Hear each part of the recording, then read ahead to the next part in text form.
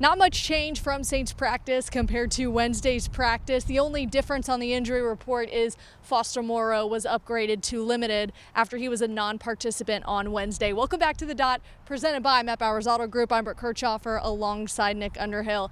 We had a chance to talk with offensive coordinator Pete Carmichael today. He talked a little bit about Jameis Winston and if he were able to go. He said, look, I'm confident in what we've seen Jameis have success in recent years.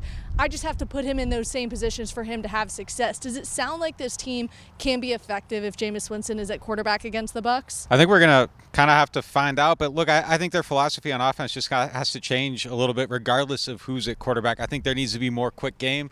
They need to try to do things to get the ball out quicker. I think Alvin Kamara helps with some of that. But at some point, they got to just make sure they're doing something to work around the deficiencies in the offensive line. That's the major issue to figure out. I think approaching the passing game a little bit differently can help with that. But I think that's the key to victory no matter who's at quarterback this week. Derek Carr was a non-participant back-to-back days, but when we walked in there, and that's when they were starting to do stretches, we did see him take off his cleats and he was walking off with his helmet. So he might have been going through some version of walkthrough. He was listed as a non-participant today in practice, and I assume that's likely for the portion that happens after the warm-up period. But Derek Carr could potentially be back this week. He said he would be comfortable having not thrown all week and then being thrown out there on Sunday, but we'll see. I think Friday's practice will really show us more on what Derek Carr looks like. In these situations, I always feel like we see what they want us to see. I don't think there's ever a lot of mistakes in what we're able to see. So if they want us to think that Derek's playing, sometimes I wonder, are they showing us something to make us think he's going to play? But sometimes you just see things that you aren't supposed to see at the same time. So I don't really know what to make of that. I think he's going to try to play, though. Like, he's moving his arm around and stuff. Like, I think that he does actually have every intent to play in this game.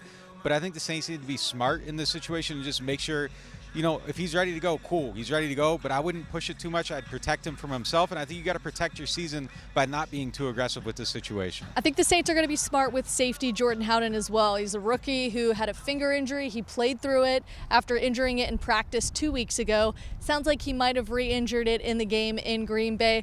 We haven't seen him at practice, but we have seen Lonnie Johnson working next to Tyrann Mathieu back there as the two safeties, and then Jonathan Abram kind of shadowing Lonnie Johnson wherever he went. Tyrann Mathieu very vocal with Lonnie, making sure he's up to speed. But Lonnie Johnson is a different safety. He doesn't look like Marcus May. He doesn't look like Jordan Howden. He almost looks like a tight end that runs like a wide receiver, is how Joe Woods explained him. And we had a chance to talk with Joe Woods today about what he's seen from him that makes him confident if Lonnie Johnson had to go. He's a very big, athletic player.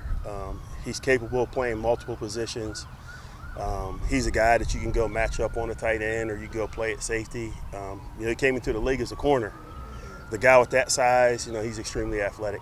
Yeah, Wood's confident in Johnson's ability, but so is Tyrann Mathieu, and we had a chance to talk with him today in the locker room. Yeah, I thought it was just interesting hearing Tyrann talk about how hard he is on some of these guys. You were asking him a bunch of questions about it. What was kind of like your main takeaway from just some of the stuff Tyrann had to say? I thought it was interesting that he even told us those things. You don't really hear that a lot from veterans, saying that, like, I'm on these guys and that I don't want to give them too much pressure. I think it says a lot about the depth they have in the secondary room, and Tyrann Mathieu wants them to just go out there and play their best brand of football. Like, he is not going to play, Lonnie Johnson is not going to play the same brand of football that Marcus May is. So I think it's more of play to your strengths, what you can do, and I'll play off of you. I think Lonnie Johnson's going to be able to lean on a lot of the things that Tyrann Mathieu does well. Yeah, and they're going to need Tyrann to kind of lead that situation, because it's a loss. Like, they're 2 layers down at that position now, but we have seen some decent things from Lonnie Johnson. He made some plays last week. He seems very confident in his ability to come in there and just kind of make a seamless transition. We're going to see, but I think it is going to be huge this week because Tampa Bay can get a little explosive on offense, so they're going to need their safeties to be really solid. Yeah, we expect Marshawn Lattimore and the Mike Evans battle to be one-on-one with those. I don't think you're going to see a lot of Marshawn passing off Mike Evans to the safeties, but you still have Chris Godwin and some of the other guys that surround that wide receiver core that are pretty talented going into this matchup. Yeah, and I thought the best line of the day today was that Tyrann said he's hoping that it doesn't become a boxing match between Marshawn and Mike Evans. It really is that kind of rivalry, though, and that's something that they really actually do need to avoid, because every year it seems like there's a fight in these games. But yeah, I think Marshawn's probably going to handle that one, and then everybody else is going to kind of have to help Isaac Yiadom or whoever else is playing at cornerback. Yeah, it's in Tampa's best interest to try and get Marshawn Lattimore out of his game and off the field. The Saints are going to do their best to make sure that Marshawn Lattimore stays level-headed, and he also knows that he needs to stay on the field in order for this team to have success. All right, we will continue to be breaking down practice as the Saints are back at practice tomorrow. That is where we will get the final injury report and potentially get some more information on Derek Carr, but according to Pete Carmichael, it sounds like that's going to be a Saturday decision.